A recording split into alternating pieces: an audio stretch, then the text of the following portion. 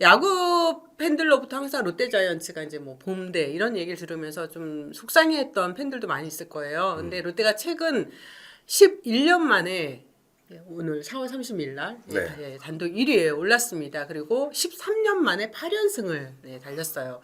사실 에이스로 꼽혔던 댄 스트레일리와 박세훈 선수의 부진은 어려움을 겪을 수도 있었던 상황이었는데요. 바로 이 선수가 롯데의 수호신을 자처하며 팀 에이스로 자리를 잡았습니다. 롯데 자이언츠의 나균환 선수 전화 인터뷰로 만나보겠습니다. 네. 아이고. 안녕하십니까. 저는 롯데 자이언츠 투수 나균환이라고 합니다. 네. 와, 나균환! 나균환! 요즘 롯데 자이언츠 팬들 속에서 나균환 님이라는 표현이 많이 붙이던데 이게 맞나요? 아닙니다. 아니, 저희가 메이저리그 해설하는 이창섭 기자라고 있어요. 그러니까 나균환 님이죠. 오타니가 야구를 바꿨지만 이제 나균환을 롯데를 바꿨어요. 혹시 아세요? 롯데 찐팬? 들어보긴 했습니다. 네, 그분이 나균환 님이라고 불러야 된다고. 아닙니다. 아직까지 그 정도는 아닌 것 같습니다. 네, 오늘 사직구장이 처음으로 올 시즌 처음 만원 관중을 이루면서 느낌들이 좀 어떠셨어요? 진짜 정말 오랜만에 그런 함성이나 부산 갈매기를 이렇게 많은 관중 앞에서 들었는데 떡아웃 있는데도 소름 돋더라고요. 파도 타기 그거를 보는데도 정말 멋있는 광경이어가지고 감동받았습니다. 네, 어떤 팬은 타임머신 타고 저쪽 그 사직구장 빨리 가고 싶다라고 음. 네, 그러니까 중계를 보다 보면 그 분위기, 그 응원하는 분위기가 너무 좋으니까. 요즘에 저기 떡아웃 분위기랑 라커룸 분위기가 저는 되게 궁금해요.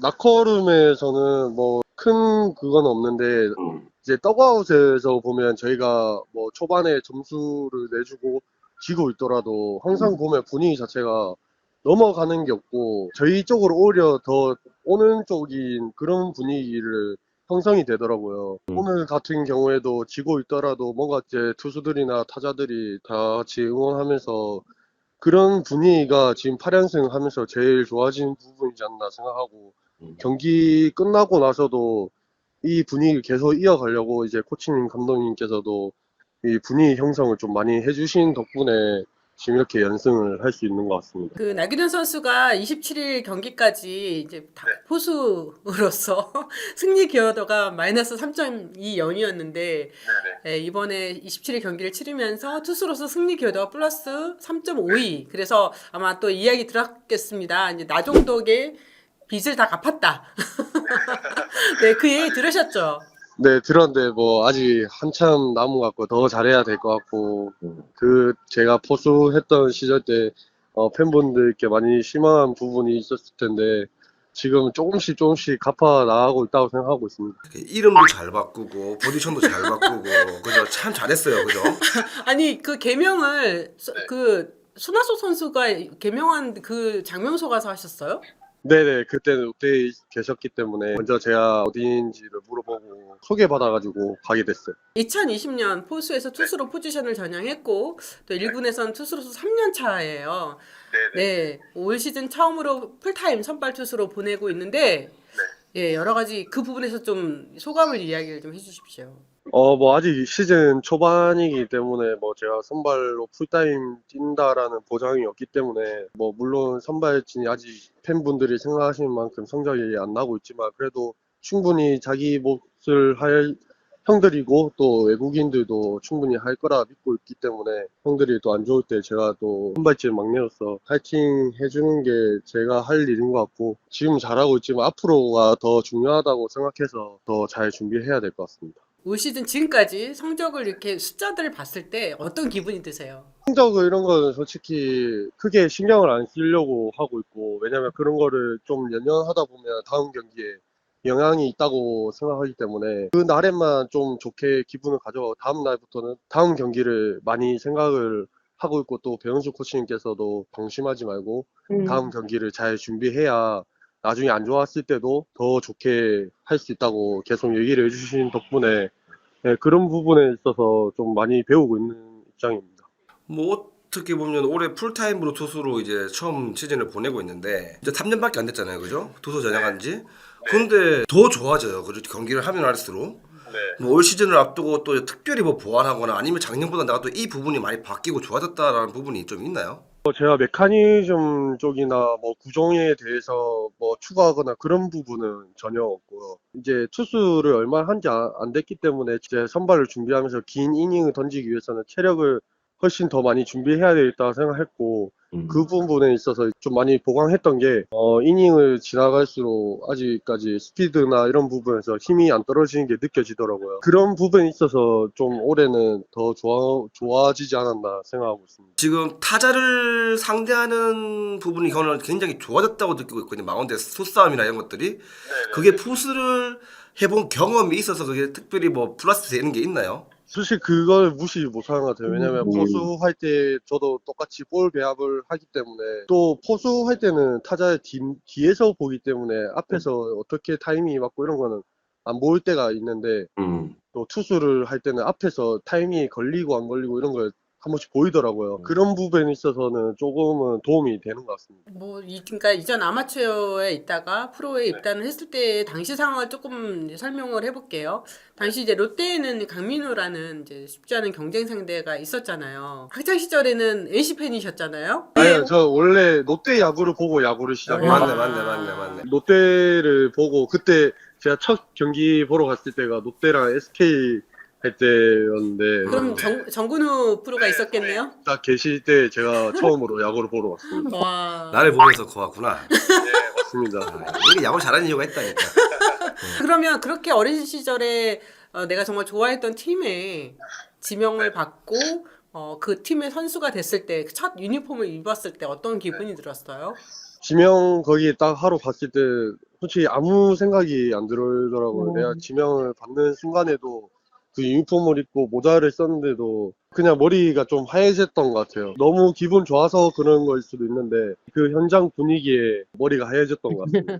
강민호 선수가 당시에 포수로 있었잖아요. 네네. 네, 그 부분은 또 어떤 영향을 미쳤을지 궁금합니다. 제가 뭐 지금은 물론 투수를 하고 있지만 지금도 민호 선배님이랑 얘기를 많이 하고 있는데, 제가 신인이었을 때 엄청 옆에서 많이 챙겨주시고 또 야구 외적이나 이런 부분에서도 많이 챙겨주셨기 때문에 지금도 많이 배우고 있거든요. 방망이 치는 건 안 해줬나 봐요, 그죠? 그때는 네, 그랬던 것 같습니다. 아. 던지는 게 힘들어, 치는 게 힘들어. 치는 게 너무 힘든 것 같아요. 그렇게 기대를 가지고 프로 생활을 시작을 했는데 포수로서 타석에도 당연히 쓰는 거니까 성적이 좋지 않았어요. 그 부분 때문에 결국 또 2군에도 내려가고 2군에 있는 시간들도 많았는데 이 좀 많은 갈등이 그냥 고민들이 있었겠어요. 솔직히 1군 있는 자체가 너무 두려웠어요. 그래서인지 투수할 때 오히려 성향이 많이 바뀌어진 것도 같고, 포수할 때는 진짜 야구장 나오는 게 너무 무서웠거든요. 그때 당시 포수할 때만 해도 공황장애 이런 게 알게 모르게 저도 오더라고요. 그런 부분에서 많이 힘들었는데, 그래도 지금 생각해보면 저한테는 엄청 값진 경험이라고 생각하고 있습니다. 그렇지. 아무래도 뭐 팀원들 그리고 제일 중요한 팬들한테 굉장히 미안한 생각이 많이 들거든. 그렇죠. 일단 저를 믿고 기용해 주신 감독님, 코치님한테 너무나 죄송스러웠고, 또 제가 뭐 그렇게 못해도 항상 팬분들은 저녁 늦게까지 기다려 주셔가지고 또 사인 받고 응원해 주신 게 너무 행복한 일인데, 또 저는 그런 모습들이 좀 무섭더라고요. 그때 야구장 나오는 자체가. 그 당시에 뭐 비난도 많이 받았을 거고. 맞아요. 네. 그렇죠. 네, 그렇죠. 네, 그러다 보니까 위축되고 네, 타석에 들어서는 것도 무섭고 포수 마스크를 쓰는 것도 무섭고. 네, 맞아요. 그게 또 그런 과정이 있었군요. 네. 2020 시즌을 준비하는 과정에서 팔목 유구골 골절 부상을 당했잖아요. 3개월 정도의 재활 기간이 필요했고, 그런데 그때 투수로 복귀를 했잖아요, 그죠? 포수에서 투수로 포지션을 변경한 과정이 저는 굉장히 궁금한데 어떤 계기가 좀 있었나요? 그때 당시에 이제 제가 왼쪽 손목을 다쳐가지고 이제 치는 거는 안 되니까 성민 단장님께서 던지는 거 한번 해볼래? 하셔가지고 제가 또 공 던지는 걸 자신 있어하고 좋아하니까 그 시작이 이렇게까지 온 것 같습니다. 그러면 그 전에 단 한 번이라도 투수로 전향하고 싶다라고 생각해 보신 적 있어요? 아무리 힘들고 해도 투수로 바꾼다라는 생각을 한 번도 안 해봤던 것 같습니다. 이제 투수로 이제 캐치볼을 마운드에서 처음 던져봤어요. 네네. 그때 첫 느낌이 저는 굉장히 궁금해요.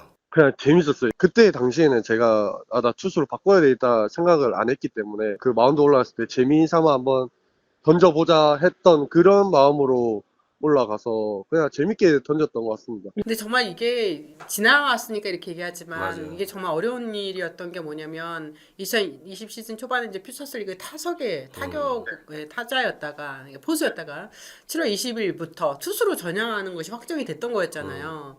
네네. 그리고 그 해에 퓨처스 리그에서 투수로 나왔어요. 그런데 15경기 3승 4패 ERA가 3.29였어요. 어휴.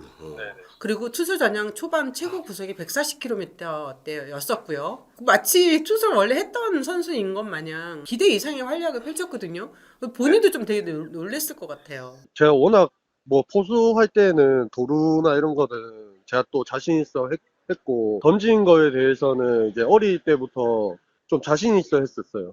그래서 그런 부분에서 좀 자신감을 얻고 던졌던 게 초반 처음 할 때에도 그렇게 잘 던졌던 것 같습니다. 2021년 시즌 처음은 이제 퓨처스 리그에서 시작을 했는데 네, 투수 전향 이후로 5월 2일 콜업되면서 첫 1군 무대를 밟게 됐습니다. 포수 나종도로 1군에 있을 때랑 투수 나균환으로 1군 무대를 처음 밟았을 때 소감이 궁금합니다. 1군 그 라커룸 들어가는 자체가 너무 낯설었어요. 야구장에 가서 이제 야수종의 배팅 게이지가 아닌 외야에서 이제 투수들이랑 같이 캐치볼 하는 것도 너무 어색했고 포수로 데뷔했을 때보다 훨씬 더 많이 긴장을 하고 많이 좀 들떠있는 기분이었던 것 같아요. 첫 등판이고 하다 보니까 긴장도 많이 됐고 오히려 그런 부분에 있어서 집중력을 더 할 수 있었다고 생각해서 더 도움이 됐던 것 같습니다. 솔직히 21년도에 마운드 올라갔을 때는 전부 매 경기가 어색했던 것 같아요. 적응을 하는 기간이었던 것 같아요. 그렇죠. 그렇게 하다가 구원 투수로 한 5경기 던지다가 그죠? 5월 15일 날 KT전에 선발로 이제 통보를 받았어요. 근데 통보 받았을 때 느낌. 선발로 나간다. 내가 1군 경기에 선발 투수로 나가는 일이 있구나라는 그렇게 생각을 했습니다. 실감이 났어요, 그럼? 안 났겠죠, 그죠? 그렇죠. 와. 그러면 데뷔 첫 승 기억하시죠? 키움전. 어떻게 기억하고 있어요? 그때 오히려 초반에 제가 생각했던 몸 상태나 구위가 아니어가지고 오늘 경기 좀 힘들겠구나 했는데 조금씩 이거를 풀어나가다 보니까 경기가 또 잘 풀려나가더라고요. 네, 그러면서 데뷔 첫 승을 할 수 있었던 것 같아요. 지금에서야 이제 이거는 정말 꼭 물어보고 싶은 질문이었는데 황민규 단장이 나균환 선수 보면 계속 웃을 것 같아요. 왜냐하면 당시에 포수에서 투수로 전향했을 때도 황민규 단장이 좀 많은 비난을 받았거든요. 네, 본인도 알고 계시죠. 네, 성적이 뭐 그때 막 바로 좋아질 수는 없는 거니까. 예, 나균환 선수 입장에서도 그 좀 과정을 겪으면서 황민규 단장에 대한 마음들이 왔다 갔다 했을 것 같아요. 어떠셨어요? 저도 그 맨 처음에 바꾸자고 했을 때 혹시 그 시간이 야구하면서 제일 힘든 시간이었던 것 같아요. 그래도 옆에서 또 많은 코치님들이나 뭐 동료들이 많이 도와준 덕분에 이렇게 또 제가 성장할 수 있었던 것 같고 또 단장님은 워낙 카리스마 있으셔가지고 너무 좋다고 또 다독여 주시고 그런 덕분에 또 이렇게 잘 되고 있는 것 같습니다. 단장님, 제 야구 인생을 이렇게 성공식도로 바꿔주셔서 너무 감사드립니다. 앞으로도 제가 롯데를 위해서 최선을 다하겠습니다. 아까 이거는 이창석 기자의 바람인데 이제 어느 정도 지나서 자격이 주어지면 혹시 해외 진출, 메이저리그 진출도 관심 있으세요? 제가 그렇게까지 아직은 아니기 때문에 지금 이 상황을 좀 더 즐기고 앞으로가 더 중요하고 앞으로 제가 더 잘하면 그렇게 될 수 있다고 생각하기 때문에 그렇게 멀리까지는 안 보고 있습니다. 네, 지금 롯데 선수도 그렇고 팬들도 그렇고 이 순간을 즐기고 싶은 거예요.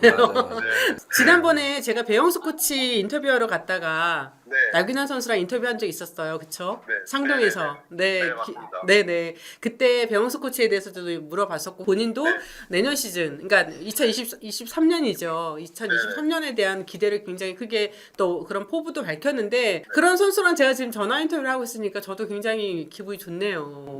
감사합니다. 네, 배영수 코치가 나균환 선수한테 개인적으로 뭐 주문했거나 좀 이런 부분에서 좀 가이드를 해줬거나 그런 게 있을까요? 크게 특별히 많은 것을 주문하진 않지만 그래도 제가 선발 나갔을 때나 선발 던지고 다음 날이나 뭐 중간중간에 어떻게 해야 된다라는 거를 많이 말씀해 주셔가지고 또 변수 코치님은 선발로 많이 나가셨고 그런 경험들을 많이 얘기해 주시면서 저한테 지금 많이 도움이 되고 있는 것 같습니다. 네. 이게 제가 이렇게 TV를 시청하다 보면 네.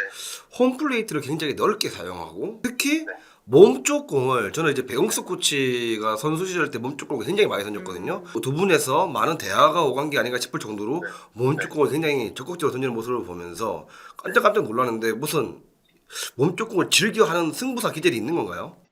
뭐 배용수 코치님께서 항상 말씀하시는 게 타자를 상대할 때 몸쪽 공을 잘 던질 줄 알아야 되고 몸쪽을 던질 줄 알아야 우리가 승산이 있다고 얘기하셨고 또 저도 마찬가지 몸쪽을 던진 거를 좋아하고 몸쪽을 던져야 제가 이길 수 있다라고 생각하기 때문에 맞더라도 몸쪽을 던져야 된다 생각하고 그런 부분에서 올 시즌에 지금 잘 되고 있는 것 같습니다. 네. 맞아도 된다는 마음으로 던졌는데 하나도 안 맞았어요. 홈런을요. 피홈런이 하나도 없어요. 오히려 저는 마운드 올라가서 항상 생각하는 게 공격적으로 좀 많이 하려고 하거든요.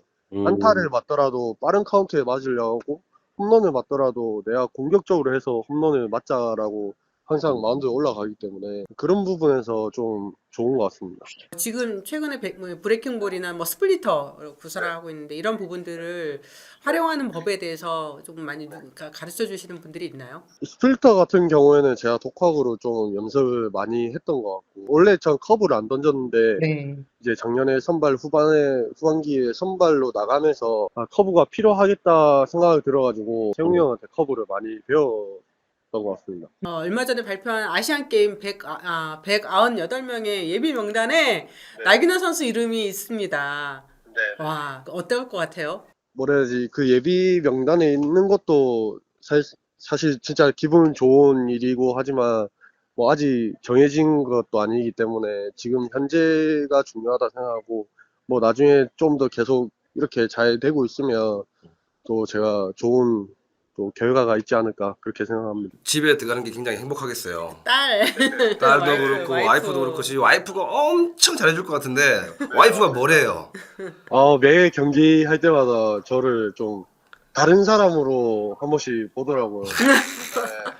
그런 부분에서 좀 기분이 좋은 것 같아요. 네, 왜냐면 나균아 선수가 힘들 때 뭐 연애를 했을 거고 또 그리고 아직 자리를 잡지 못했을 때 결혼했잖아요. 2020년 12월에 결혼했는데 또 딸 이쁜 사랑하는 딸도 생기고 이러면서 나균아 선수 입장 당연히 책임감도 커지고 가족들도 많이 웃게 해줘야겠다 하는 그런 것도 있었을 것 같아요. 뭐 결혼하고 나서도 마찬가지지만 이제 딸이 태고 나오고 나서 오히려 책임감이 훨씬 많이 생기더라고요. 뭐 힘들 때나 뭐 좋을 때나 힘이 많이 돼서 그런 에너지가 오히려 야구장에서 좀 좋은 결과로 이어지지 않나 생각합니다.